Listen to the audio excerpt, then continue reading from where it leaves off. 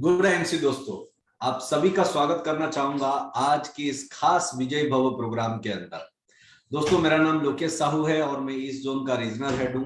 आज खास तौर पे आज हम बातचीत करने जा रहे हैं एक ऐसे ही महान लीडर के साथ जिन्होंने अपने जिंदगी में कई मुकाम हासिल किए हैं और आज एक यंग एंटरप्रेन्योर, एक यंग डायनामिक लीडर के हिसाब से आईएमसी में उभरते हुए सितारा बन के आ गए। उनके बारे में एक ही पंक्ति में बताना चाहूंगा, उनको समर्पित करना चाहूंगा कि कोई भी लक्ष्य बड़ा नहीं है, कोई भी लक्ष्य बड़ा नहीं है, जीतता वही है जो कभी डरा नहीं है। आज ऐसे ही एक निडर, एक बहुत ही खास लीडर के साथ आज हम बातचीत करने जा रहे हैं, जिनके साथ बातचीत करने के बाद, जिनकी उपदेश, जिनके मार्गदर्शन सुनने के बाद आप सभी को ये यकीन हो जाएगा कि निश्चित तौर पे जिंदगी में अगर आगे बढ़ना है तो हमें उन्हीं लीडर के हिसाब से जैसे बता रहे हैं वैसे ही काम करना पड़ेगा। तो दोस्तों आइए, चलिए स्वागत करते हैं वो महान डायनेमिक लीडर का, जिनका नाम है मिस्टर दयानंद कुमार मेहता। एक बार जोरदार तालियों के साथ स्वागत करना चाहेंगे। दयानंद जी, आपका बहुत बहुत स्वागत है आज की विजय भव प्रोग्राम के अंदर। बहुत बहुत स्वागत है दयानंद जी आपका। Thank you sir, thank you. Good MC. Good IMC sir, good IMC. कैसे हैं दयानंद जी आप?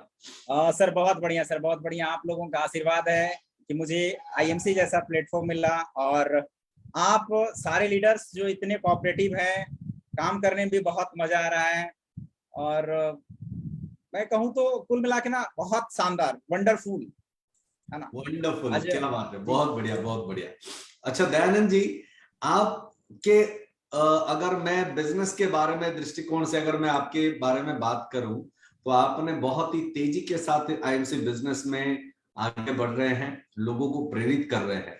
लेकिन आज हमारे पूरे भारतवर्ष में दर्शक जानना चाहते हैं, हमारे एसोसिएट जानना चाहते हैं कि आप इस बिजनेस में कैसे आए, क्या चीज वो था जो आपको ये प्रेरित किया कि आपको IMC business, direct selling business में करना चाहिए, और आपने किस तरीके से आज इस एम्बेसडर लेवल तक पहुंच पाए। थोड़ा सा अगर आप हमें बता सके तो। सर जरूर, आज ये मौका मिला है तो मैं जरूर ये बातें करना पसंद करूंगा।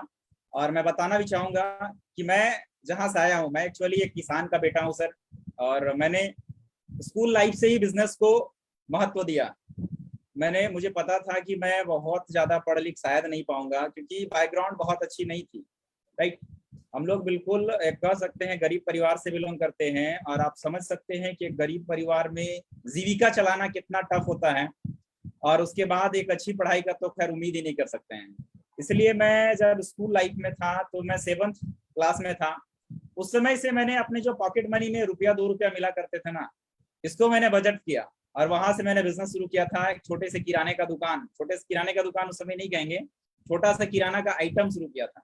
उसको बड़ा करके कुछ और किया, एक वो मैट्रिक लिखने तक में वो किराने के दुकान में तब्दील हुआ। फिर मुझे लगा कि नहीं, इतने में तो लोग मुझे कम लोग जानेंगे, मुझे कुछ बड़ा करना चाहिए जी। तो मुझे उस समय इलेक्ट्रॉनिक्स का बहुत ज्यादा शौक था। इलेक्ट्रॉनिक्स के पार्ट्स को रिपेयर करना या तो इलेक्ट्रॉनिक्स के अंदर काम करना मुझे अच्छा लगता था। फिर मैंने अपने कॉलेज की पढ़ाई के साथ में इलेक्ट्रॉनिक्स का ट्रेनिंग प्राइवेट सेक्टर से किया क्योंकि मुझे तो जॉब करने नहीं थे। मेरे माइंड में ऑलरेडी सेट हो चुका था कि बेटा बिजनेस करना है, अगर बड़ा आदमी बनना है तो बिजनेस करना पड़ेगा। सही बात। तो मैंने इलेक्ट्रॉनिक्स का क्लास किया, इलेक्ट्रॉनिक्स में पार्ट्स बनाने सीखे। फिर मैंने 2010 में अपना एक छोटा सा इलेक्ट्रॉनिक्स का दुकान ओपन किया। आप समझ सकते हैं उस दुकान को ओपन करने के लिए मेरे पास बिल्कुल पैसे नहीं थे। उस दुकान को चालू करने के लिए मुझे किसी चीज को बंद करना पड़ा। मतलब मेरे पास जो पहले से किराना का स्टोर चल रहा था, मैंने उसको बंद किया। फिर मैंने दुकान चालू की इलेक्ट्रॉनिक्स का। फिर मुझे और थोड़ा थोड़ा लगा कि इसमें कुछ करना चाहिए, तो बहुत ज्यादा उस समय पूंजी आए नहीं थे। फिर मैंने पिताजी से कुछ लिए और उस समय मेरे पिताजी ने मुझे 27,000 रुपया दिया था। और वो 27,000 रुपया मेरे लिए बहुत बड़ा योगदान का काम किया। और उसी 27,000 से मैंने बिजनेस को स्टार्ट किया, इलेक्ट्रॉनिक्स प्लस साउंड लाइट का। माँ इलेक्ट्रॉनिक्स साउंड एंड लाइट के नाम से मेरा दुकान का नाम था। और ये कंटिन्यू चल रहा। 2010 का? हाँ सर, 2010 में मैंने ये शुरुआत किया था। जी जी। और ये कंटिन्यू चल रहा था। लेकिन कहते हैं ना, खुदा को मंजूर कुछ और था। वहां पे तसल्ली नहीं मिल रहे थे। जिस तरह से किराना बदल के इलेक्ट्रॉनिक्स आया, लगा फिर से वही दिमाग में आया कि कितना लोग दयानंद, अगर इस इलेक्ट्रॉनिक्स की दुकान में रहोगे तो शायद अभी भी बहुत सारे लोग नहीं जानेंगे, कुछ और ढूंढो।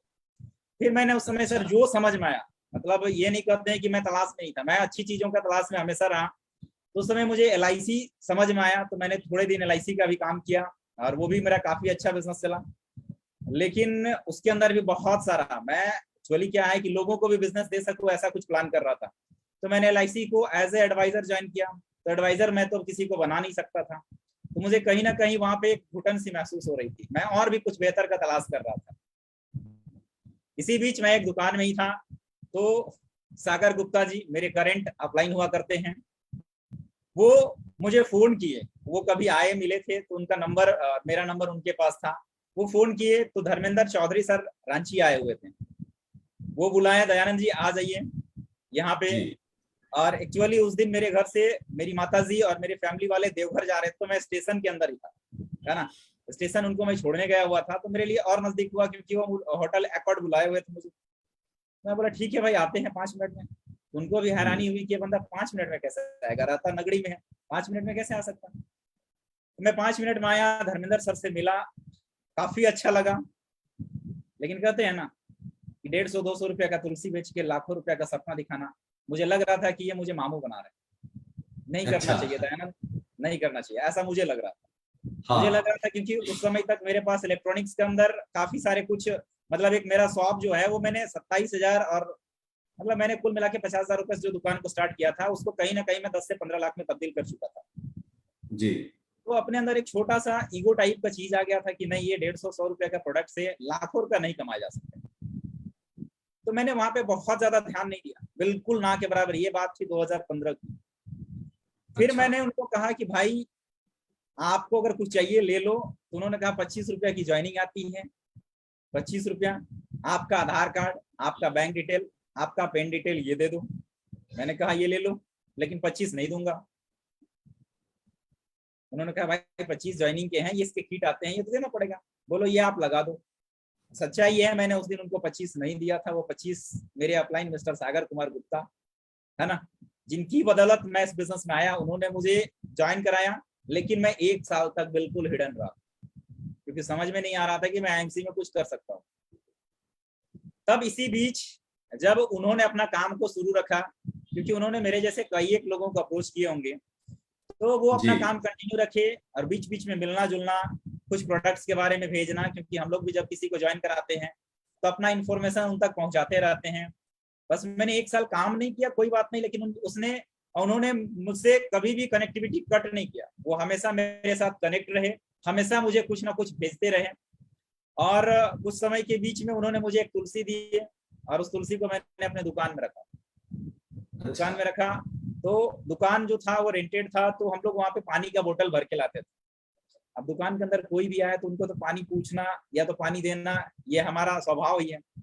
फिर भी कहीं ना कहीं लगता था ना कि भाई इतना सारा पानी अगर सारे लोग पी जाएंगे तो हम कितने बार पानी ही लाते रहेंगे, ऐसा लगता था। तो अच्छा। हाँ, फिर मैंने सोचा अब इसके अंदर तुलसी डाल दो, तब ये लोग पानी कम पियेंगे। यकीन मानिए उस दिन से मुझे और ज्यादा पानी लाना पड़ा। अच्छा। मैंने जब तुलसी डाला कि लोग मेरे से अब पानी नहीं मांगेंगे, लेकिन ऐसा नहीं हुआ, अब लोग मेरे से और ज्यादा पानी मांगने लगे। दूसरे दिन किसी ने कहा कि यार आज मेरा तो बाथरूम बहुत क्लियर हुआ। किसी ने कहा मुझे गैस की दिक्कत थी, वो मेरा ठीक हो गया। मैं बोला भाई मैंने तो अपना पानी बचाना चाहा, लेकिन तुम्हारी तो बीमारी ठीक हो गई। एक बंदा तो वो यूज किया हुआ तुलसी आया और बोला दे दे भाई ये कितने का है। मैंने बोला 195 रुपया का है, देना पड़ेगा। बोला कोई नहीं यार 195 ले तू दे मुझे। अच्छा। उन्होंने 195 मुझे दिया और वो तुलसी लेके चले गए।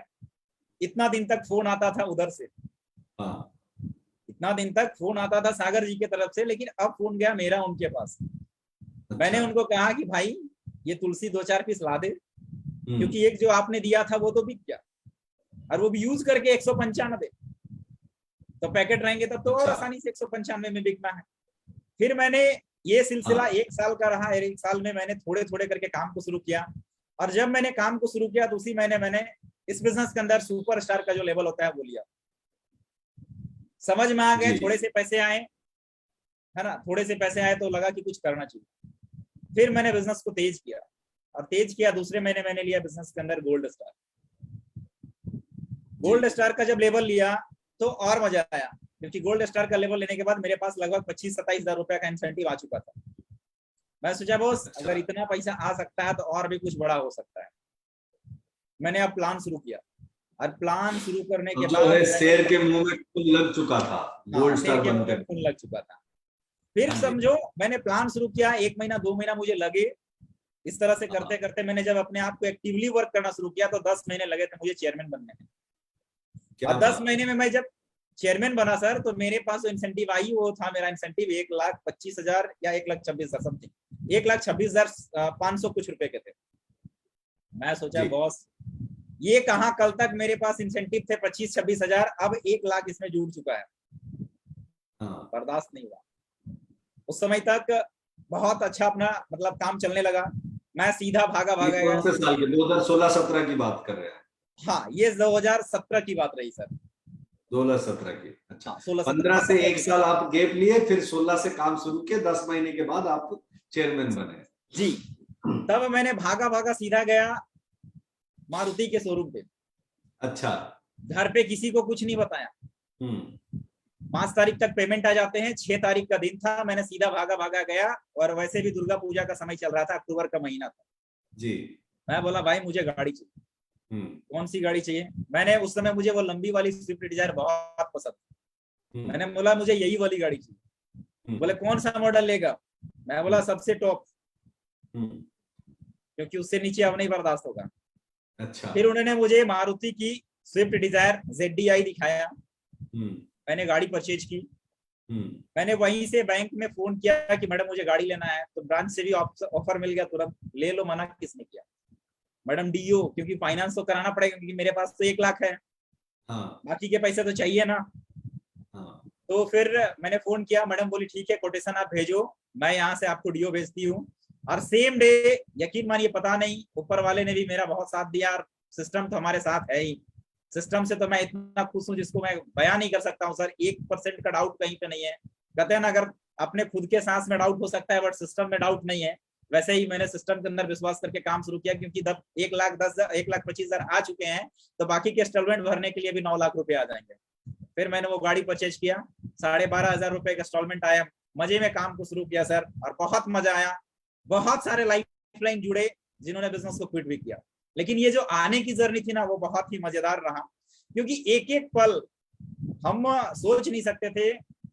कभी का जमाना हुआ करता था कि एयरपोर्ट को बाहर से देखने जाते थे, लेकिन आज थैंक्स है डॉक्टर अशोक सर का, थैंक्स है सत्यन सर का, थैंक्स अपने जितने भी मेंटोर, मिस्टर प्रदीप मिश्रा जी, सागर जी, धर्मेंद्र जी, अजय मान सर, सबको मैं बहुत बहुत धन्यवाद करता हूँ, जिनके वजह से आज फ्लाइट जो मैं बाहर से देखा करता था, आज इतनी फ्लाइट का सफर किया हूँ कि खुद भी नहीं पता कि क्या रहेगा।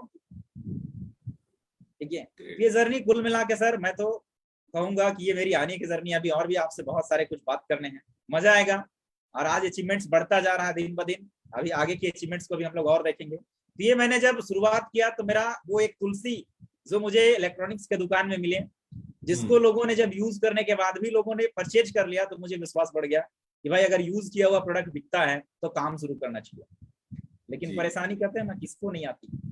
इलेक्ट्रॉनिक्स को बंद करो तभी आप IMC कर सकते हो, क्योंकि उस समय भी भले एक्चुअली मैंने साउंड लाइट का काम शुरू किया था तो मेरे सारे पैसे उस पर लगे हुए थे, और 2 लाख रुपया का ऊपर से कर्जा था बैंक के अंदर। जब मैंने IMC की तरफ कन्वर्ट होना चाहा तो घर वालों ने कहा पागल हो गया है बेटा तू, अच्छे खासा काम चल रहा है, तू इसी के कर। मैंने कहा ना, मुझे तो दिख गया है कुछ और, मैं तो नहीं करता। लेकिन ये जो बीच के जर्नी थे, जब मैंने IMC की तरफ कन्वर्ट होना चाहा था, उस समय मेरे पास बहुत डिफिकल्ट सीन रहे। मैं इलेक्ट्रॉनिक्स को छोड़ के जब IMC की तरफ आया तो बहुत परेशानी हुई थी। ये सफलता का जर्नी 10 महीने में तो दिख गया चेयरमैन, 10 महीने में गाड़ी आ गया, लेकिन बीच का जो समय था वो दर्दनाक था, लेकिन मजा आया उसको भी झेलने। क्योंकि कहते हैं ना, उसी समय से मुझे यकीन हो गया कि अगर मैं आज भी जीरो हो जाऊं ना तो मुझे हीरो बनने में समय नहीं लगेगा। क्या बात। क्योंकि मैंने इलेक्ट्रॉनिक्स में जीरो होने के बाद IMC को शुरू किया, और आज मैं IMC के अंदर एक हीरो के रूप में हूँ। तो मैं इसलिए अभी भी अपने आप को कहता हूँ, बट अब ऐसा कोई सीन है नहीं। IMC जैसी सिस्टम हमारे साथ है तो हम लोग और भी अब इसको बहुत मजेदार तरीके से एंजॉय करने वाले हैं। बहुत बढ़िया, बहुत बढ़िया, बहुत सही तरीके से आपने बिजनेस, मतलब पहले से ही आपके अंदर वो कॉन्फिडेंस था कि दयानंद मेहता जो है वो कुछ ना कुछ करके ही मानेगा। ये जो सर मुझे ना, कॉन्फिडेंस लेवल होता है ये ना, हाँ, मुझे स्कूल में, जैसे स्कूल में हर एक किसी को, या तो हमारे बच्चे, मतलब हम वैसे भी अक्सर बच्चों को पूछते हैं कि बेटा बड़ा होके क्या बनेगा। हाँ। तो मुझे भी स्कूल में ड्रीम पूछा जाता था कि आपको बड़ा होके क्या बनना है, तो मुझे नहीं पता था, लेकिन दिमाग में एक ही चीज आता था कि अमीर आदमी बनना है। तो अच्छा। ये अमीर आदमी कैसे बनना है, इसके लिए भी मुझे बहुत ज्यादा रास्ता नहीं दिखा। तो जो चीजें समझ में आती है, इसीलिए मैंने कहा ना कि मैंने 14 रुपया से एक पैकेट मिक्सचर, जो 20 पीस दालमोट जो होते हैं ना, उससे हाँ मैंने हाँ। अपने लाइफ में बिजनेस की शुरुआत की थी। और उसको अच्छा। मैंने कन्वर्ट करके एक अच्छा खासा किराना का दुकान बनाया था। तो अपने आप में वो कॉन्फिडेंस था कि बेटा बिजनेस से जो कुछ बना जा सकता है वो जॉब से नहीं हो सकता। इसीलिए मैंने उस दिन से ही बिजनेस को जी। महत्व दिया और बिजनेस के ऊपर ही अपने आप को आगे लेके बढ़ा।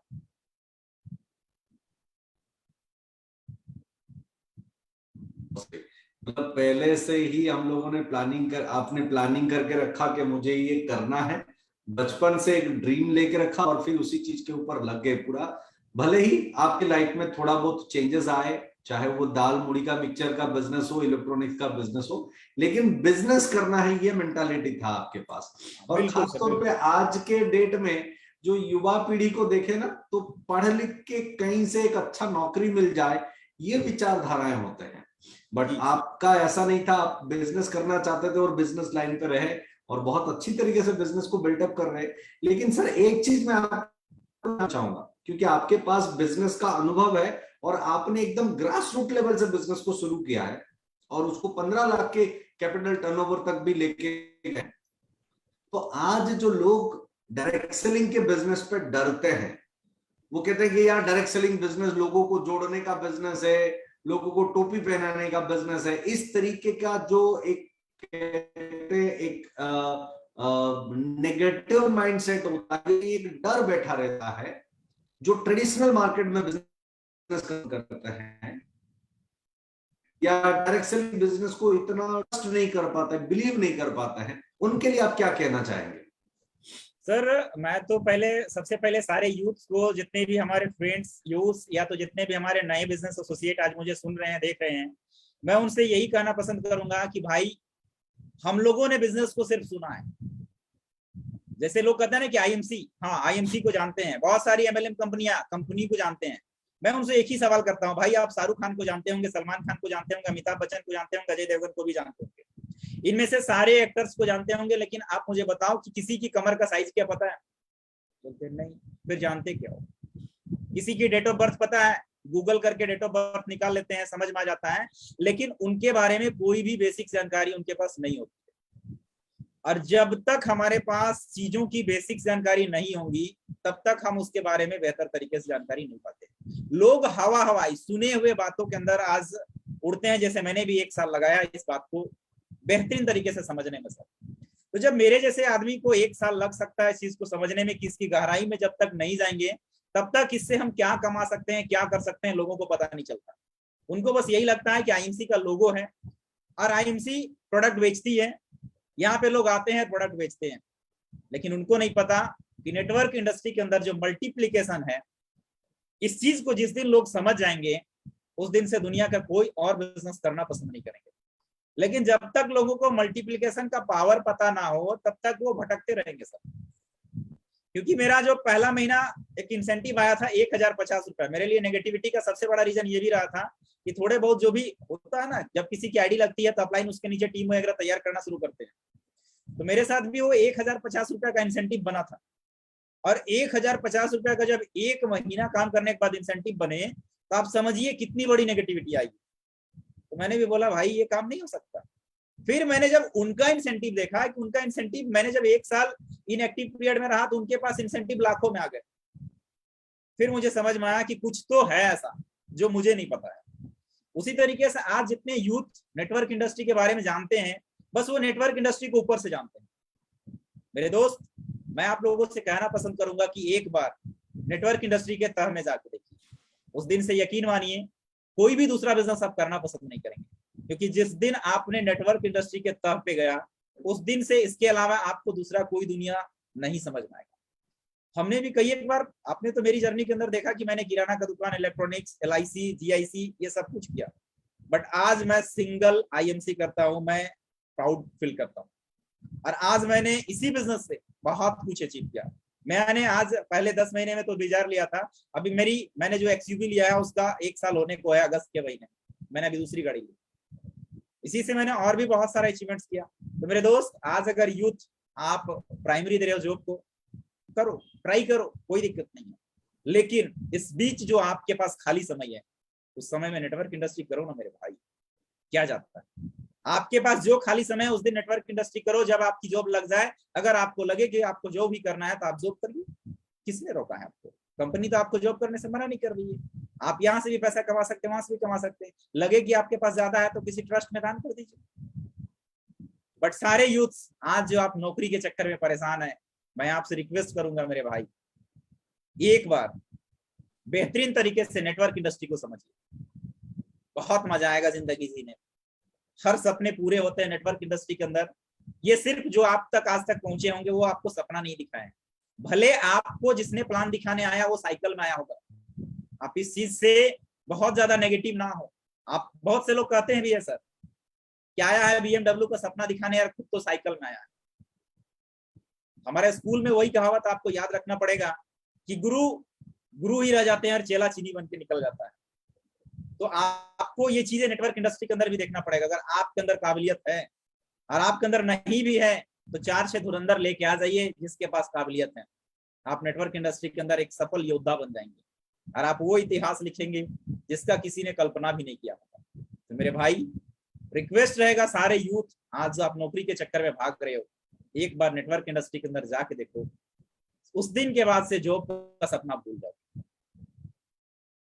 बहुत बढ़िया सर, बहुत बढ़िया। आपकी बातें सुन के लग रहा है कि 440 वोल्ट का झटका लग रहा होगा सबको भी। लेकिन एक चीज मैं आपसे दयानंद जी निश्चित तौर पे पूछना चाहूंगा कि ये ट्रांजिस्टर को जोड़ने वाला आदमी आज ये ट्रांजैक्शन को कैसे जोड़ पा रहा है, और उसके लिए किस कला की जरूरत होती है, किस एजुकेशन या किस चीज पे महारत होना जरूरी होता है? सर एजुकेशन तो मैं नहीं समझता कि किसी भी काम को करने के लिए बहुत ज्यादा एजुकेशन की जरूरत पड़ती है। बस अगर आपका एक स्वभाव है ना, लोगों से बात करने का हर किसी का स्वभाव होता है, लेकिन बहुत से लोग होते हैं जो बातों बातों में उलझ जाते हैं, बातों बातों में लड़ लेते हैं। और ये जो टोटल हमारा जो बिजनेस है ना, ये रिलेशनशिप का बिजनेस है जी। आप इसमें जितना बेहतर हो सकता है एक दूसरे को जोड़ सकते हैं, कभी भी हम तोड़ने का काम नहीं करते। कुछ लोग आएंगे बीच में जी, जो आपसे जलेंगे, जो आपको तोड़ना चाहेंगे, लेकिन आपको उसको साइड करके निकलना पड़ेगा।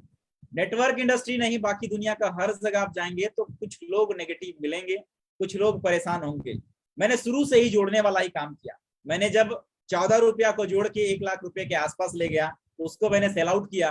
फिर मैंने जब 1 लाख और 27,000 मतलब 1,27,000 के एवरेज का इंसेंटिव अमाउंट समझ सकते हैं, जिसको मैंने जोड़ के लगभग 10 लाख तक ले गया, फिर मैंने उसको भी छोड़ा और आज IMC के अंदर आया और IMC के अंदर भी आज मैंने करोड़ों रुपया कमा लिया। ये सब कुछ हुआ, इसमें बहुत से लोग आए भी और बहुत से लोग गए भी, लेकिन जो गए उनका भी वेलकम है, वो आएंगे, आज नहीं तो कल वो फिर आएंगे। और जो हैं उनका तो दिल से स्वागत है, उनके लिए 24 घंटा मैं अवेलेबल रहता हूँ। और हर वो एक लीडर जो IMC के अंदर है, मैं ये नहीं समझता कि जो मेरे टीम में वही सिर्फ IMC का लीडर है, नहीं, नेटवर्क इंडस्ट्री के जो अंदर है वो कम से कम एक वैसा व्यक्तित्व है जिसने नेटवर्क को समझा, MLM बिजनेस को समझा। तो ये जोड़ने का जो श्रृंखला है, जोड़ने का जो सिलसिला है, ये आपके जुबान से ही शुरू होता है। आप जो बात करते हैं वहीं से शुरू होता है। आप जो बात कर रहे हैं वो कमिटमेंट आप अपने लोगों से पूरा कर रहे हैं या नहीं कर रहे हैं। बहुत से लीडर होते हैं जो कमिटमेंट तो बड़ी बड़ी करके जाते हैं लेकिन वो उसको पूरा नहीं करते हैं, और जब वो पूरा नहीं होता है तो कहीं ना कहीं वो बहुत बड़ा नेगेटिविटी का कारण बनता है। और कुछ लोग होते हैं जो अपने लीडर्स को, अपने टीम को समझते हैं कि ये मेरा तो नौकर है। क्षमा करना मेरे दोस्त, कभी भी आप ये सोचने की भूल ना करें, जो भी आपके साथ जुड़ा है वो आपका बिजनेस पार्टनर है, बराबर का हकदार है। आप जितना कमा रहे हैं उससे ज्यादा कमाने का हक वो भी रखता है। तो कभी भी आप ये सोचने की भूल ना करें कि वो आपका नौकर है। आप हमेशा उसको एक दोस्त के माध्यम से देखिए, एक बिजनेस पार्टनर के माध्यम से देखिए। और जब बिजनेस पार्टनर एक दोस्त देखेंगे तब आपके बीच नजदीकियां बढ़ेगी, और नजदीकियां बढ़ेगी तो बिजनेस बढ़ेगा, और बिजनेस बढ़ेगा तो इंसेंटिव बढ़ेगा। लेकिन अगर ये भूल कर रहे हैं, आपके पास अगर थोड़ा सा लेवल आ गया, थोड़ा सा इनकम आ गया, और अगर आप गलती से ईगो में आ गए तो फिर आपका टीम वहीं से टूटना शुरू हो जाता है। टीम ही सिर्फ नहीं टूटेगा, बिजनेस भी टूटना शुरू हो जाएगा। बिजनेस टूटा तो समझिए इंसेंटिव टूट गया।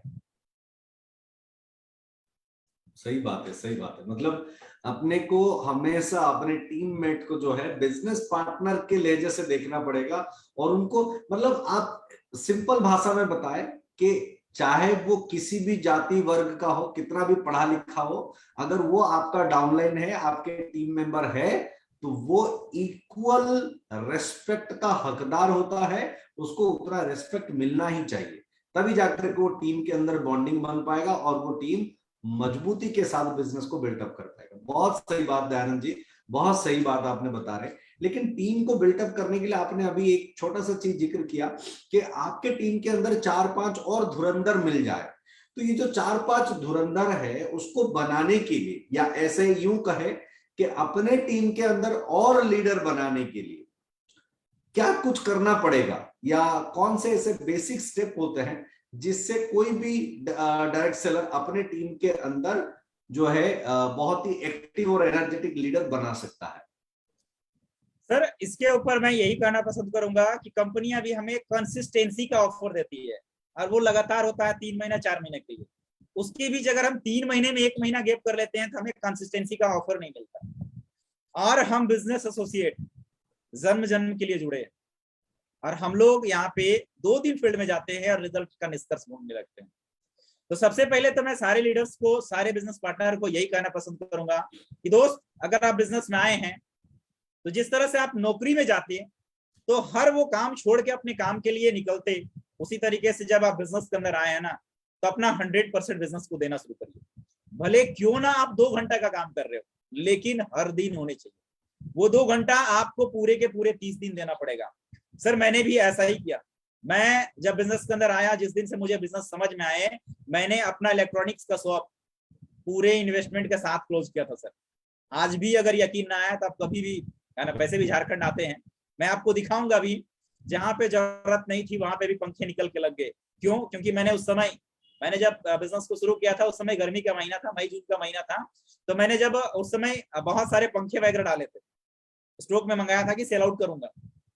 लेकिन सेल आउट क्या करूं, जब बिजनेस के अंदर देखा कि बड़े बड़े भूचाल आ रहे हैं, मैंने सारा दुकान वैसा का वैसा ही रख दिया और मैंने 100% कन्वर्ट कर दिया आईएमसी के अंदर। घर से मिल गया धक्का मुक्की, बोले बेटा जा, तुम्हें समझ में आ रहा है, तू पागल बन गया है, समझ में आएंगे फिर से लौट के आएगा। लेकिन मुझे समझ में आ चुका था। मैं लौट के तो जरूर आया, लेकिन बिजनेस के अंदर अचीवमेंट्स लेके। मेरे पास जो एक बाइक था, उस बाइक को मैं पकड़ता, ठंडा हो, गर्मी हो, बरसात हो, कोई मतलब नहीं पड़ता। अगर ठंडा का टाइम हो तो एक नहीं, पहले तो अंदर में एक वो सेंडो वाली बनियान होती, वो होता, उसके ऊपर एक गंजी होते, उसके ऊपर शर्ट होता, हो सकता है उसके बीच में एक अपना जो वेस्ट बंगाल होता वो सब होता। मतलब पूरे तरह से अपने आप को प्रोटेक्ट करके ठंडे के दिनों में भी निकल पड़ता था बाइक के अंदर। समझ में नहीं आना पड़ता था कि ठंडा है या गर्मी या बरसात। हर वो सिचुएशन, हर वो दिन जब हम लोग फील्ड में रहेंगे ना, तो हमें लोग मिलते हैं। क्योंकि हमारे पास तो भाई, हम बिलोंग करते थे एक ऐसे प्रोफेशन से जहां पे हमें लोगों से बात भी करना नहीं आता था। क्योंकि आपने भी देखा होगा, आप चलो अभी प्रोफेशनल डीजे वाले जो होते हैं उनकी लैंग्वेज अलग होती है, लेकिन आप कभी एक गांव के डीजे वाले से मिलो ना, समझ में आ जाएगा था वहां पे कितने रफली लैंग्वेज का यूज होता था। वहां से मैं निकल के आने के बाद अपने आप को इतना इंप्रूव करना इतना आसान नहीं होता है। लेकिन जब हम किसी भी काम को लगातार करते हैं तो हमारे अंदर परिवर्तन आना बिल्कुल आसान हो जाता है। स्टेज वगैरह सर, मैं सागर जी का धन्यवाद करता हूँ। बंदे ने मुझे धोखे धोखे से बिजनेस सिखाया, धोखे धोखे से मुझे स्टेज परफॉर्मेंस सिखाया। वो हर एक बार प्रोग्राम मेरे साथ डिजाइन करते, बोलते दयानंद जी प्रोग्राम करिए, मैं साथ में आऊंगा। हिम्मत बढ़ता था कि साहब साथ में आएंगे। जब आने का टाइम होता ना, फोन स्विच ऑफ हो जाता। खुलता कब? प्रोग्राम के टाइम के जस्ट आधा घंटा के बाद। मतलब हम जब डेस्टिनेशन पे पहुंच जाते तब उनका फोन होता। अब बोलते दयानंद जी आप तो चले गए, मैं कैसे आऊं, कर लो प्रोग्राम। मैं बोला ठीक है गुरुजी, जैसी आपकी मर्जी। फिर मैंने इस तरह से अपने काम को शुरू किया। उस समय, अभी तो मैं आपसे बहुत अच्छे से बात कर पा रहा हूँ, उस समय मैं अगर सामने लोग बैठे होते थे तो मेरी नजरें नीचे होती, कभी साइड में होता था, आवाज कुछ निकल रहा होता था, मतलब समझ में नहीं आता था। लेकिन मैंने इस चीज को लगातार किया। मेरे पास जो समस्याएं आई, उस समस्या से मैं भागा नहीं। और आज हमारे लीडर जो हैं, वो समस्या जब उनके पास आती है तो भागना पसंद करते हैं। उनका स्टेज परफॉर्मेंस अच्छा नहीं हो रहा है, वो भागना पसंद करेंगे। उनके साथ लोग नहीं जुड़ रहे हैं, वो काम पे जाना पसंद नहीं करेंगे। उनका बिजनेस नहीं बढ़ रहा है, वो घर पे बैठना पसंद करेंगे। वो कहते हैं सर इंसेंटिव नहीं आ रहा तो मैं फील्ड पे कहाँ जाऊं। मैंने कहा भाई, मैंने हर दिन जब मैंने बिजनेस की शुरुआत की थी तो मैं अपने पर्स में पैसा नहीं रखा करता था, और आज भी मेरी आदत नहीं है सर कि मैं जब फील्ड पे निकलूं तो मेरे पास पैसा वो करते। आज भी मेरे गाड़ी में पर्स है, कोई भी आके सर्च कर सकता है। मैं अभी लाइव सेशन में हूँ, बहुत सारे लीडर्स होंगे जो नजदीक से होंगे, आज भी मेरा पर्स जाके चेक करेंगे ना तो उनसे हमको नहीं लगता है कि 1000 रुपया भी मिलने वाला है, क्योंकि मुझे कंपनी के प्रोडक्ट्स पे यकीन हुआ करता था। मैं हर बार कहता हूँ कि अगर मेरा मोटरसाइकिल पंचर भी हो जाए ना तो मैं भी गॉड को थैंक्स करता था कि भगवान चल तूने मुझे एक कस्टमर तो दिया। गाड़ी पंचर होती किसी न किसी के पास बनवाने जाना पड़ेगा। अब जब बनवाने जाएंगे तो बनवाने जाने में समय लगता है, दुकान पे जाएंगे तो बनाने वाले को समय लगता है। जितना समय बनाने वाले को लगेगा, ऐसा नहीं कि सिर्फ भगवान ने मेरी गाड़ी पंचर की है, कोई ना कोई और बंदा वहां पे है। मुझे अपॉर्चुनिटी मिली, मैंने लोगों से शेयर करना शुरू किया, बात किया, मेरे पंचर बनाने के खर्चे वहीं से वसूल हो। कोई ना कोई बंदा मिला जिसने मेरे से प्रोडक्ट परचेज किया। अब सोचेंगे सर एक ही बार में ऐसा कैसे हो सकता है कि लोग प्रोडक्ट परचेज कर लेंगे। हाँ सही बात है, अगर आप में कॉन्फिडेंस है तो आपके प्रोडक्ट को लोग सेम टाइम परचेज करता है। बट अगर आपके खुद में कॉन्फिडेंस नहीं है ना तो लोग बाद में भी आपसे परचेज नहीं करेंगे, वो प्रोडक्ट परचेज जरूर करेंगे लेकिन कहीं और से कर लेंगे। तो मेरे दोस्त, आपको अपने कॉन्फिडेंस को बढ़ा के रेगुलर वर्क करना पड़ेगा। रिजल्ट आ रहा है तब भी अच्छा, नहीं आ रहा है तब भी अच्छा। आज रिजल्ट नहीं मिल रहे हैं, अपने अंदर तलाश के देखिए कि क्या कमी है जिसके कारण रिजल्ट नहीं आ रहा है।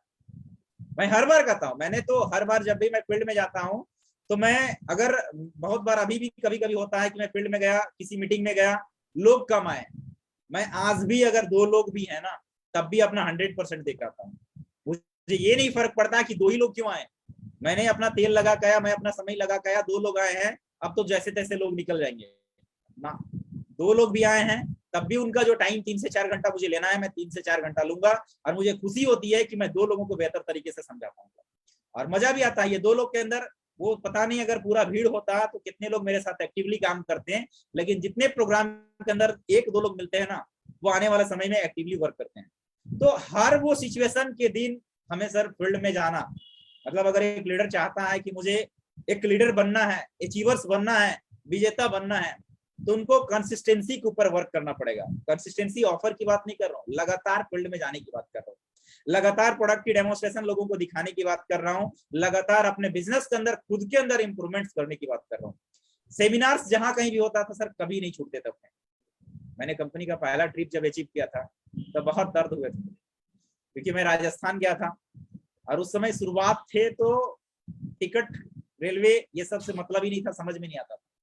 तो मुझे कंफर्म टिकट नहीं मिले, स्लीपर का टिकट वेटिंग में था। और आप समझ सकते हैं कि एक लड़का को कहीं भी बैठना कितना टफ होता है। अब जिधर जाओ उधर से लोग लात मार के भगा देता था, चोर है समझ में नहीं आता।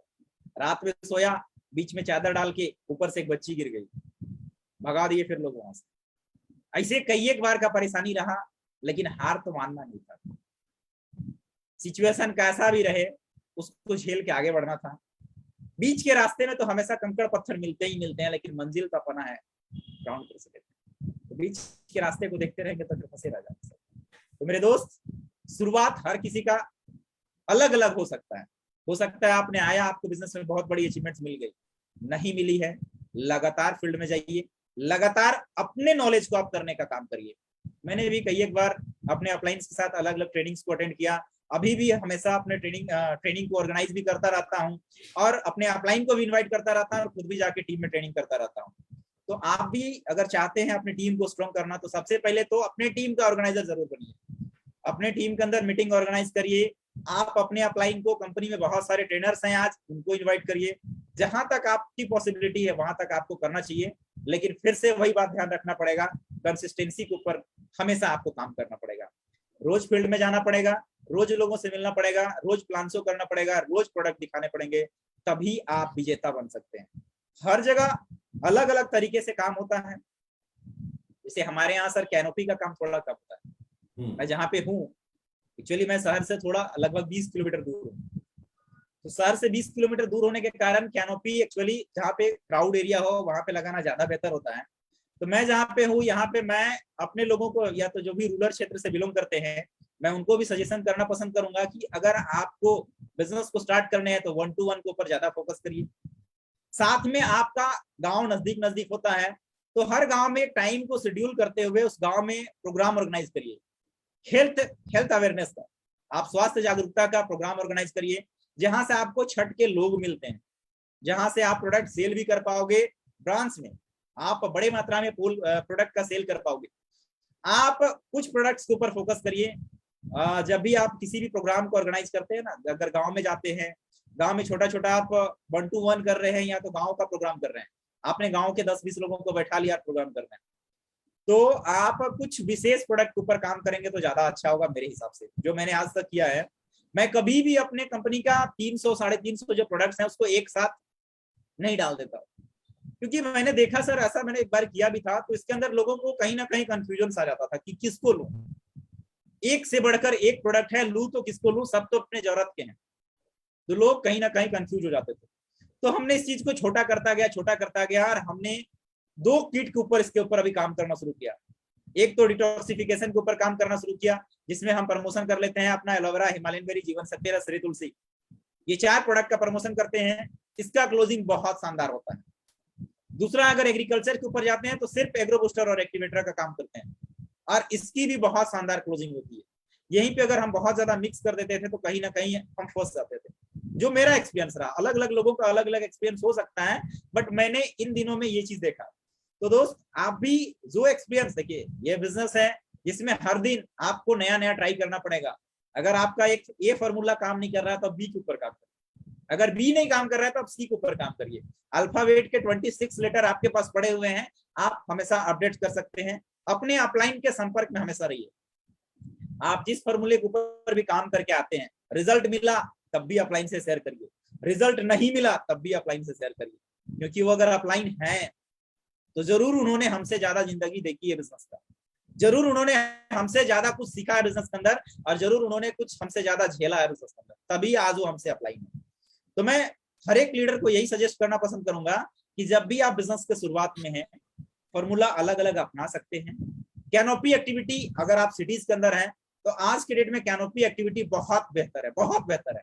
यहाँ से आपका लीड जनरेशन बहुत बेहतरीन होता है। लेकिन अगर आप ग्रामीण क्षेत्र में हैं तो आप गांव का मीटिंग करना शुरू करिए, ये भी आपको बहुत बड़ा लिंक देता है, बहुत बड़ा लिंक। आप गांव में जाइए, वहां के लोगों को इकट्ठा करिए, उसमें से 10-20 लोग जरूर इकट्ठा होंगे।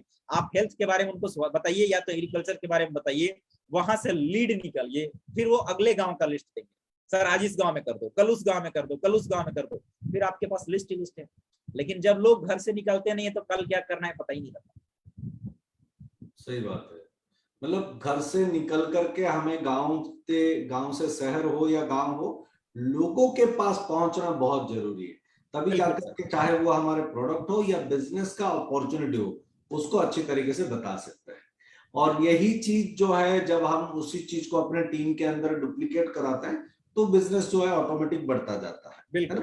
बहुत सही है सर, बहुत सुंदरता के साथ आपने इस चीज को समझाया। लेकिन एक चीज जो मुझे सबसे बड़ा व्यग्र करता है कि लोग, देखिए आप जिस तरीके से बिजनेस के बारे में बता रहे हैं, जो सारे चीजें प्रोसेस के बारे में बता रहे हैं, मुझे लग रहा है कि बहुत आसान है।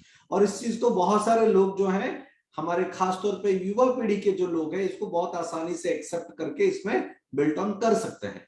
लेकिन फिर भी दयानंद जी, मैं ये जानना चाहूंगा कि काफी सारे लोग हमारे बिजनेस में आने के बाद, यानी डायरेक्ट सेलिंग बिजनेस करने के बाद फेल हो जाते हैं।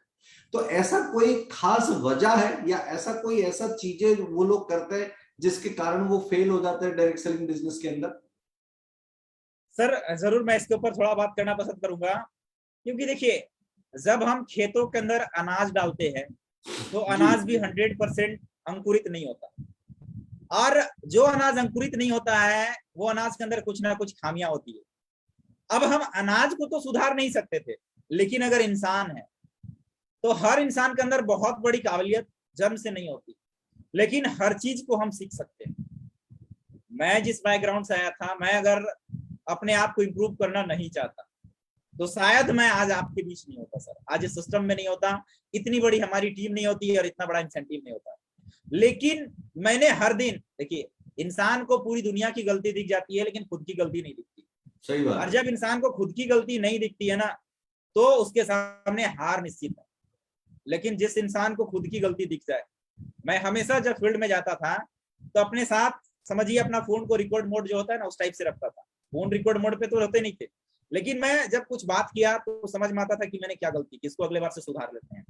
अगर मुझे कोई प्लान कर रहा हूं तो कभी भी मैंने अपलाइन के बीच, अगर मेरे साथ कभी भी अपलाइन गए तो मैंने उनके बातों को कभी भी काटा नहीं। जो वो बताते गए मैंने उसको सीखता गया। डाउट हुए मैंने उनसे बाद में पूछा कि सर यहाँ पे मुझे ये डाउट हुआ, आपने इसको कैसे करके दिखाया। तो मैंने हर बार सीखने को प्राइमरी दिया। क्या वजह रह गई जिससे मुझे नहीं आता, मैंने इसके ऊपर नहीं दिया। मुझे लगा कि मैं इसको कर सकता हूँ, इसके लिए मुझे सिर्फ सीखना पड़ेगा, है ना। कई एक बार क्या होता है कि कोई चीज खरीदना हो, है ना। अगर सपोज करो हमारा जी ये वाटर बोतल है, लोग कहते हैं कि ये वाटर बोतल नहीं खरीदा जा सकता क्योंकि ये 1500 रुपए का है। लेकिन हम वहां पे सोच सकते थे ना ये वाटर बोतल कैसे खरीदा जा सकता है। हम बिजनेस के अंदर सफलता नहीं मिल रही है, अब लोगों के माइंड में बैठता है कि मेरे से नहीं हो सकता। वहां पे वो अपने आप को अगर इंप्रूव करना चाहते हैं तो उसके दिमाग में दूसरा सवाल आता है कैसे हो सकता है।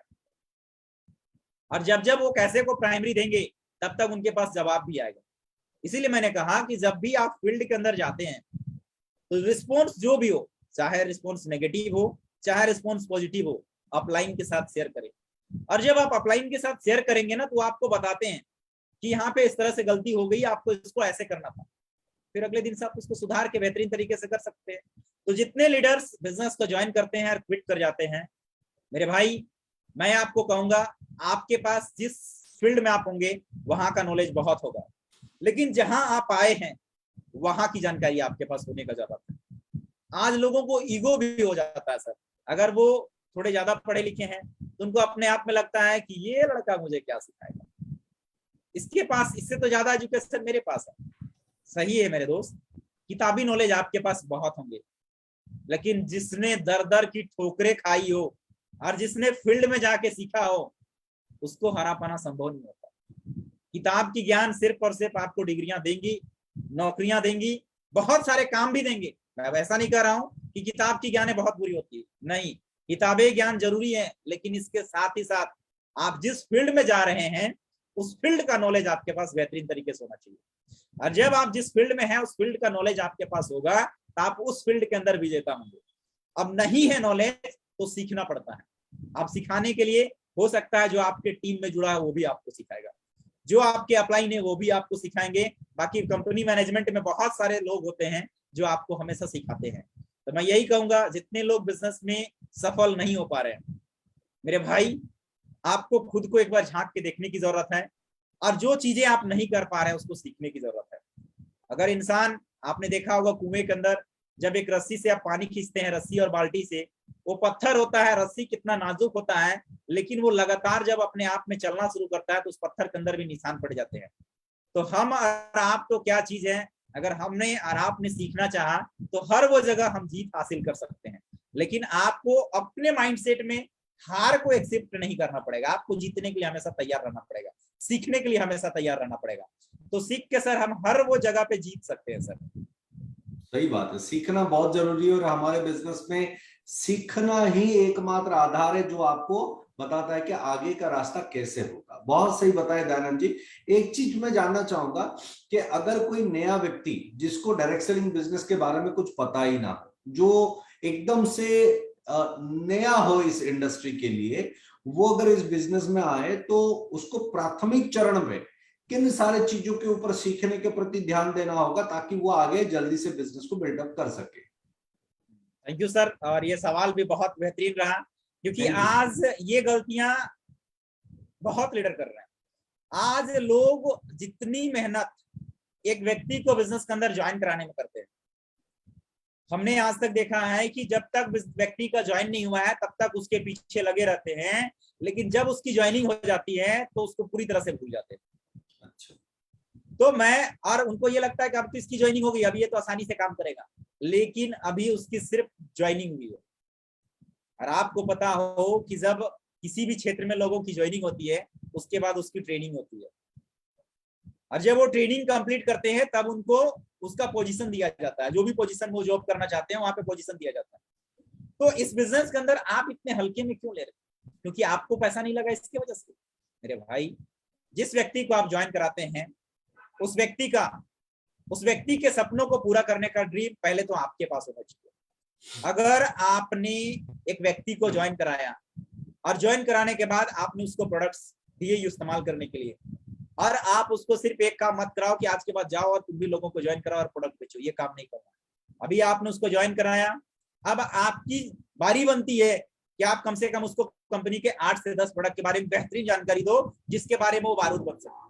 कम से कम 8 से 10 प्रोडक्ट के बारे में, हमारे पास 400 से ज्यादा प्रोडक्ट है, बट मैं कहूंगा कम से कम 8 से 10 प्रोडक्ट की जानकारी ऐसी दो कि वो आपके जैसा कॉपी कर सके। इसके लिए आप उसको साथ में लेके चलो, कंपनी के जितने प्रोग्राम्स होते हैं उसमें बुलाओ, आप जहां पे प्रोग्राम करते हैं वहां पे बुलाओ, और आप अलग अलग तरीके से उनके लिए प्रोग्राम डिजाइन करो, बट उनको मास्टर बनाओ। कम से कम 1 महीने उनको फील्ड में बिल्कुल नहीं जाने देना। जिस तरह से एक नवजात शिशु, चाहे वो गाय का हो, बैल का हो, इंसान का हो, किसी का भी हो, जब तक वो बच्चा है तब तक उसको बहुत बेहतरीन तरीके से देखभाल किया जाता है। चाहे आप पौधा ही क्यों ना लगाते हैं, एक छोटा पौधा को बहुत बेहतरीन तरीके से देखभाल किया जाता है। और जब वो हर वो मौसम से, हर वो चीज से लड़ने के लायक तैयार होता है, तब उसको फील्ड में उतारा जाता है। तो हमारे लोगों के साथ ये गलती होती है कि हमने उसको आईएमसी के अंदर पैदा किया, सीधी बात है, वो बिजनेस के अंदर ज्वाइन किया मतलब बिजनेस में पैदा हुआ, और हम उसको सीधा उतार देते हैं वो फील्ड में, जहां पे हर तरफ से उसको वार मिलते हैं। तुम्हारा प्रोडक्ट अच्छा नहीं है, तुम्हारा प्लान अच्छा नहीं है, तुम्हारे कंपनी के अंदर इंसेंटिव नहीं है। भाई साहब, उसको ज्ञान ही नहीं है। उसको 1 महीने अपने साथ पालिए, 1 महीने में नहीं हो सकता तो 2 महीना पालिए, भागिए मत। मल्टीपल जगह पे फोकस करके कोई फायदा नहीं है। 2 व्यक्ति को अगर ज्वाइन कराया आपने महीने में, तो 2 व्यक्ति को इस तरह से बारूद बनाइए तो आने वाला समय में आपके जैसा आग उगले, और जब वो आपके जैसा आग उगलेगा तो बिजनेस के अंदर आने वाले समय का सीपी होगा। लेकिन हम अगर 10,000 लोगों को भी ज्वाइन करा लें और उसको ट्रेनिंग नहीं करते हैं, ट्रेंड नहीं करते हैं, उसको डुप्लीकेट करना नहीं सिखाते हैं, तो फिर रिजल्ट हमारे पास नहीं होता है। तो सबसे पहले जिनको भी आप ज्वाइनिंग कराते हैं उनको प्रोडक्ट्स के बारे में जानकारी दीजिए, कम से कम 8 से 10 प्रोडक्ट को बेहतरीन तरीके से समझ सके, जान सके, उसकी हर वो पहलू को वो समझ सके, तब तक वो प्रोडक्ट इस्तेमाल करें। दूसरा चीज, तब तक वो व्यक्ति इतने सारे अचीवर्स से मिल लेगा कि अब उसके पास इंसेंटिव वाला चक्कर ही खत्म हो जाएगा। वो अपने दिमाग से निकाल चुका होगा कि अब इंसेंटिव नहीं आता, क्योंकि लोगों ने उनको नेगेटिव डाला। ऐसा नहीं कि कंपनी ने इंसेंटिव नहीं आता, अगर इंसेंटिव नहीं आता तो आज इतने लाखपति करोड़पति होते कहां से, जिसकी लोगों के पास कभी ख्वाब नहीं देखा था। मैं खुद की बात करूं तो मैंने कभी फ्लाइट का सफर नहीं सोचा था, लेकिन फ्लाइट की सफर, कभी खुद के कार के बारे में नहीं सोचा था, लेकिन खुद की 2-2 कारें। तो ये सब कुछ पॉसिबल हो सकता है, लेकिन जब हम अपने टीम में लाए हुए लोग को, उनका जो भी सपना है, पहला सपना कम से कम हमको, उनके पास अगर एक बाइक नहीं है तो बाइक का तो सपना दीजिए, ताकि वो फील्ड में बेहतर तरीके से काम कर सके। और उस बाइक के सपने को पूरा करने के लिए हमारा योगदान होना चाहिए।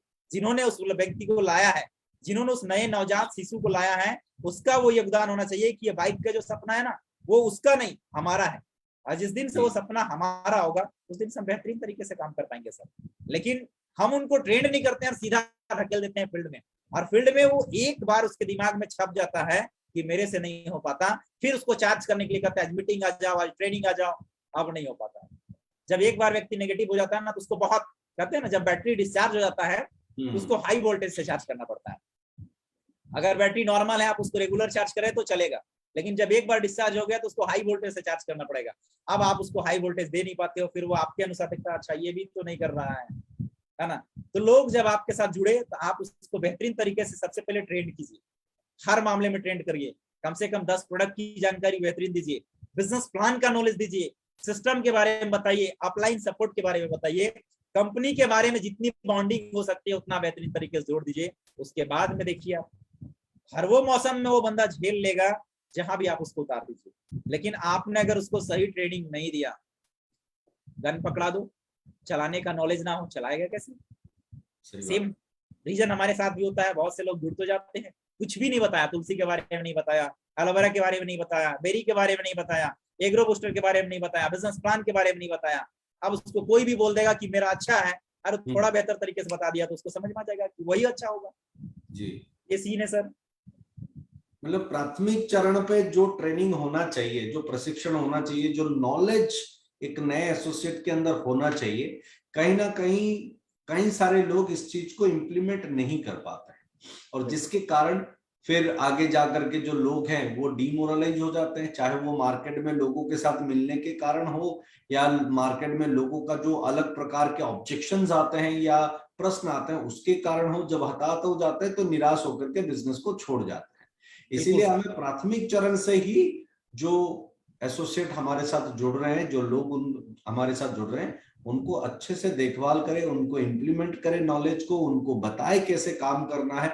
और जैसा आपने बताया कि 1 महीना नहीं तो 2 महीने ही कम से कम उनके साथ दे। उनका साथ देने से उनका एक जो कॉन्फिडेंस लेवल होता है वो बढ़ने लगता है। साथ दे मतलब सर साथ में लेके चले हम उसको। हाँ, सिर्फ साथ में लेके जाके मतलब धीरे धीरे ही सही चीजों को वो ग्रास्प करना शुरू करेगा, सीखना शुरू करेंगे। ये बोलना बहुत सही है सर, बहुत सही है। और हमारे बिजनेस के अंदर यही जो प्रोसेस है इसको कंटिन्यूअली अगर हम करेंगे तो टीम बिल्टअप करने में भी बड़ा आसान होगा।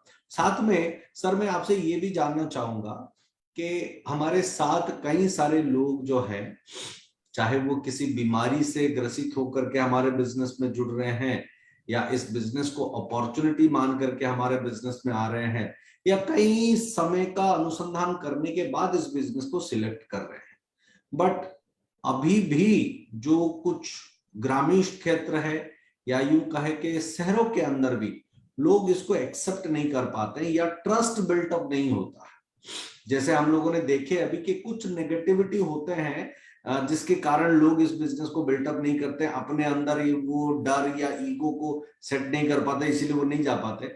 लेकिन कई दफा लोगों के मन में एक जो ट्रस्ट होता है, जो एक कन्विक्शन होता है कि मुझे ये बिजनेस को बिल्टअप करना चाहिए, है ना।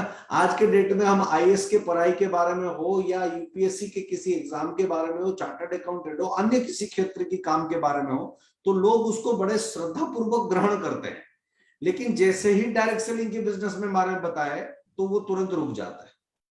ये जो प्रभेद है समाज के अंदर या हमारे इकोनॉमिकल कह सकते हैं कि आर्थिक स्थितियों के अंदर, लोगों के अंदर, इन सारे चीजों को हम कैसे दूर कर सके, और खास तौर पे युवा पीढ़ी इसमें क्या हेल्प कर पाएगा?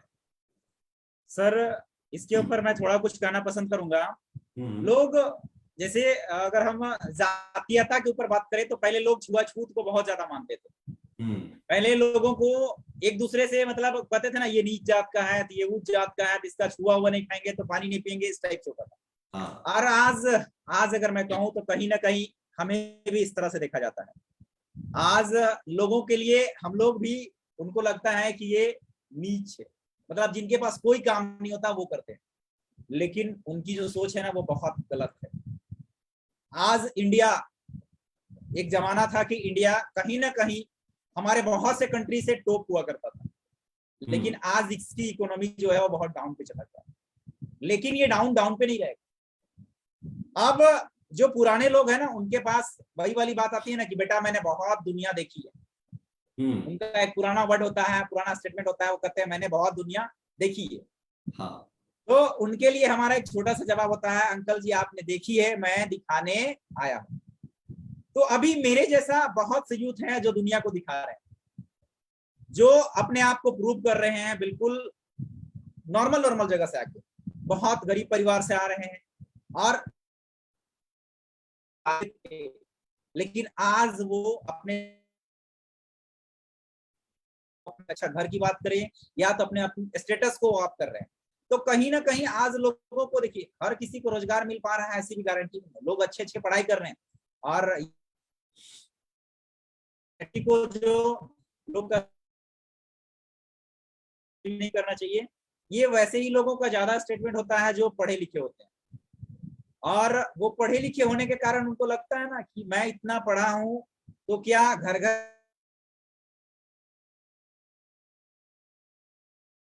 जी जाके लोगों से मिलने का काम करेंगे। आप घर घर जाने वाला जो आपका पीढ़ी है ना, वो बिल्कुल घर में बैठ के खाएगा। आज आप अगर थोड़ा बेहतर मेहनत कर लेते हैं तो आने वाले समय में आपका एक नहीं कई एक जनरेशन को आप बहुत बेहतर कर सकते हैं। क्योंकि कहते हैं ना, एक व्यक्ति का डिसीजन सिर्फ एक व्यक्ति का नहीं होता, उसके आने वाले सारे जनरेशन को बदल के रख देता है। उसी तरीके से आज नेटवर्क इंडस्ट्री को लोग भले अलग अलग नजरिए से देख रहे हैं, बट सर आने वाला जो समय होगा वो इंडिया नंबर 1 पे रहेगा। नेटवर्क इंडस्ट्री के अंदर इंडिया नंबर 1 पे रहेगा, और आज इसका ग्रोथ भी बता रहा है।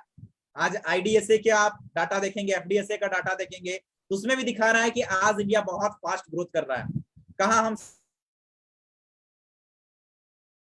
हमारा ग्रोथ रेशियो बहुत कम हुआ करता था, वो ग्रोथ रेशियो बढ़ चुका है।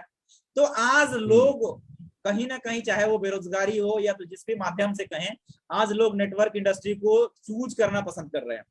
यहाँ क्योंकि यहाँ पे जो हम लोग देख पा रहे हैं ना, तो हर वो रूप रंग मायने नहीं रखता, एजुकेशन मायने नहीं रखता, चाहे आप कम पढ़े लिखे लोग हो या बहुत ज्यादा पढ़े लिखे लोग हो, कोई भी नेटवर्क इंडस्ट्री को ज्वाइन कर सकता है।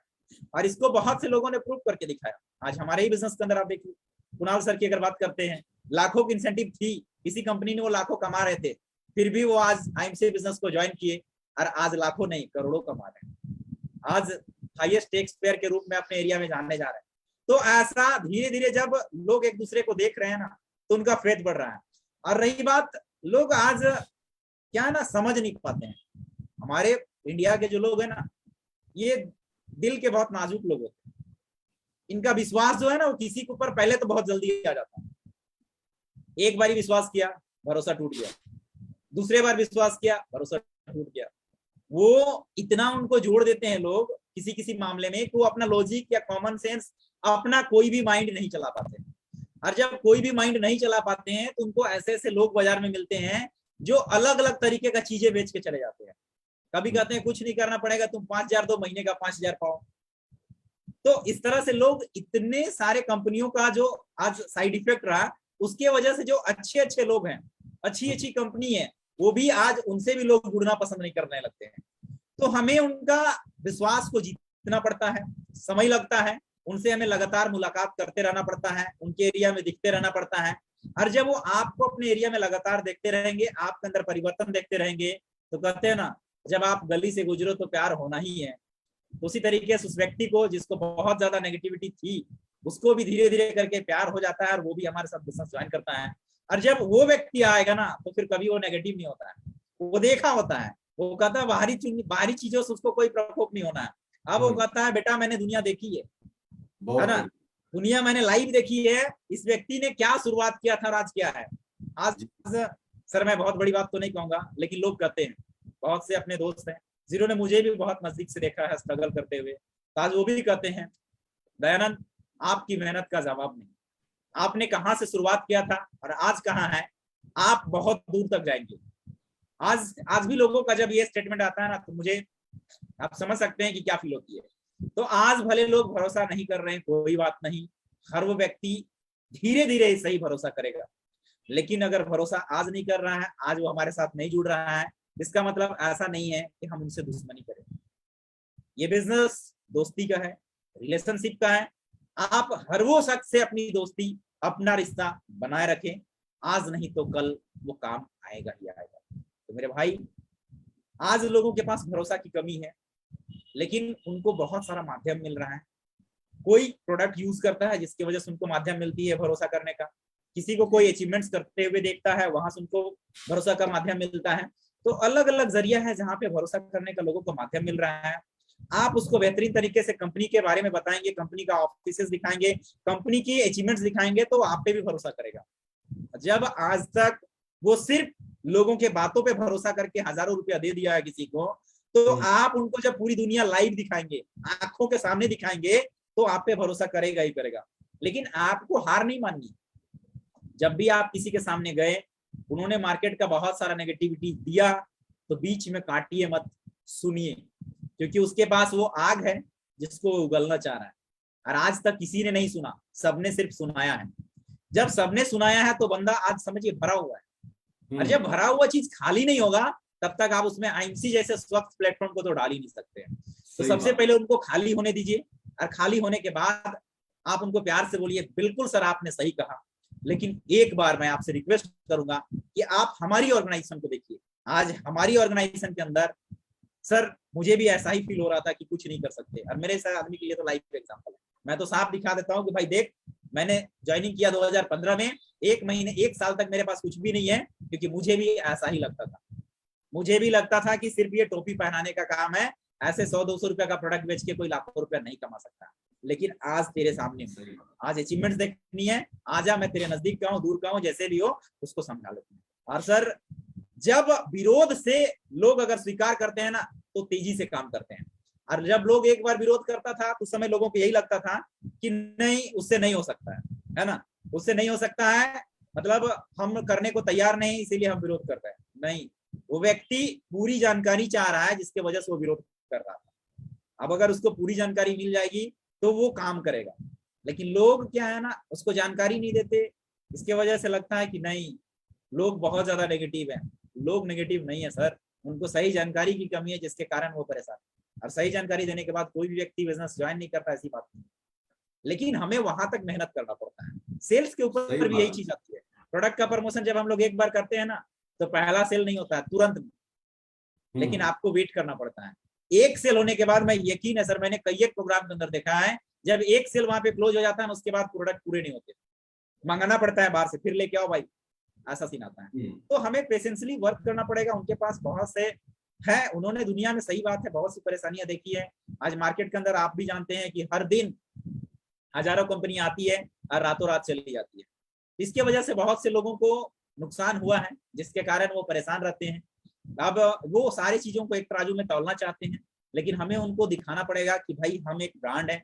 आज इंडिया के इकलौती ऐसी कंपनी है जो सबसे फास्ट ग्रोथ कर रही है।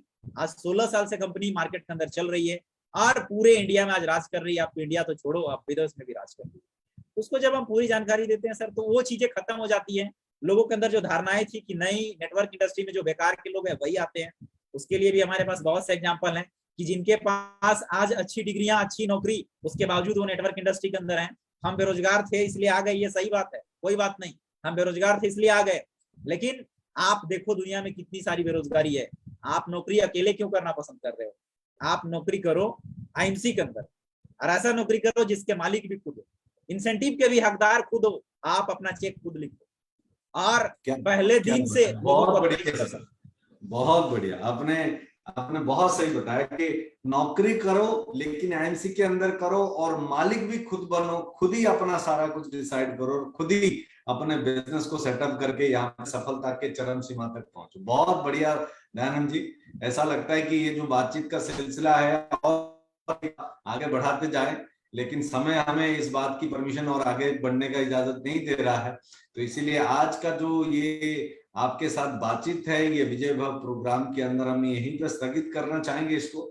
लेकिन जो चीजें आपने आज हमारे व्यूअर्स को, हमारे एसोसिएट को बताया है, निश्चित तौर पे वहां पे कई सारे लोगों के जीवन में एक सकारात्मक परिवर्तन आने वाला है, और लोग उस चीज को अपने जीवन में उतार करके बहुत आगे तक इस बिजनेस को लेके जाने वाले हैं। और मैं खास तौर पे आपको आपकी इस मोटिवेशन के लिए, आपकी समय के लिए बहुत बहुत धन्यवाद देना चाहूंगा आज के इस सेशन में समय देने के लिए। सर मैं भी थैंक्स करना चाहूंगा सारे व्यूअर्स को, जिन्होंने आज अपना कीमती समय निकाल के मुझे सुनने का, मतलब मुझे सुनने के लिए उन्होंने अपना कीमती समय निकाला। और आप सारे कंपनी लीडर्स जो हमारे लिए, हमारे लोगों के लिए इतनी बेहतरीन प्लेटफॉर्म लेकर आए हैं, जिससे हम अपनी बातों को दूसरे तक पहुंचा सकते हैं, अपनी अचीवमेंट्स की गाथा लोगों से बता सकते हैं। और कंपनी मैनेजमेंट्स को बहुत बहुत थैंक्स। आज यकीन मानिए, अगर आईएमसी नहीं होता तो शायद इस दयानंद कुमार मेहता को कौन जान रहा होता, कौन नहीं जान रहा होता, ये मुझे पता नहीं। लेकिन आज ये आईएमसी की देन है कि शायद अब इंडिया का कोई भी कोना जाए तो जरूर लोग जानते होंगे, और ये सिलसिला बढ़ता रहेगा। सारे लीडर्स से मैं एक ही रिक्वेस्ट करूंगा कि दिल लगा के काम करिए, बहुत ज्यादा एक्स्ट्रा दिमाग मत लगाइए, अपलाइन के संपर्क में रहिए, अपलाइन से हमेशा सजेशन लेते रहिए। जीत निश्चित है, विजय भव। हर एक लीडर यहाँ पे आया है तो विजय होके ही जाएगा। Thank you sir, good MC sir, बहुत बहुत धन्यवाद सर, बहुत बहुत धन्यवाद, good MC sir, good MC sir, good MC.